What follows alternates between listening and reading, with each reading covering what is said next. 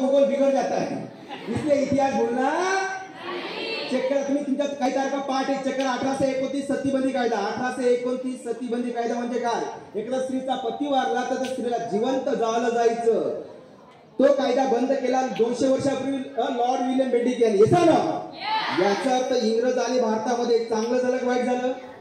अभ्यास सांगतो, युपीएससी अभ्यास सांगतोय 50% चांगलंच झालं. येसा ना नाही तर शिक्षण सुद्धा उभे राहिलं नसतं, गरीबापर्यंत शिक्षण पोहोचू शकलंच नसतं. येसा ना 1829 सतीबंदी कायदा. 1847 महात्मा फुले यांनी पहिली शाळा काढल्या. 57 कलकत्तामध्ये विद्यालय स्थापना. 1885 मध्ये आले नेहरू यांना राष्ट्रपती केले. 1829 संमतीमध्ये परत झाला. 1892 कौशल्य झाले. 1900 स्थापना झाली. 1904 मध्ये अभिनव संघटना. 1905 मध्ये बंगालची फाळी झाली, त्यात जपान राष्ट्र झालं. 1906 मध्ये मुस्लिम स्थापना. 1907 मध्ये राष्ट्र फूट पडली. 1908 मध्ये लोकमान्य टिळकांना पाठवलं. 1909 मध्ये नोबेल पदक. 1920 मध्ये असहकार आणि 15 ऑगस्ट 1947 आपला भारत.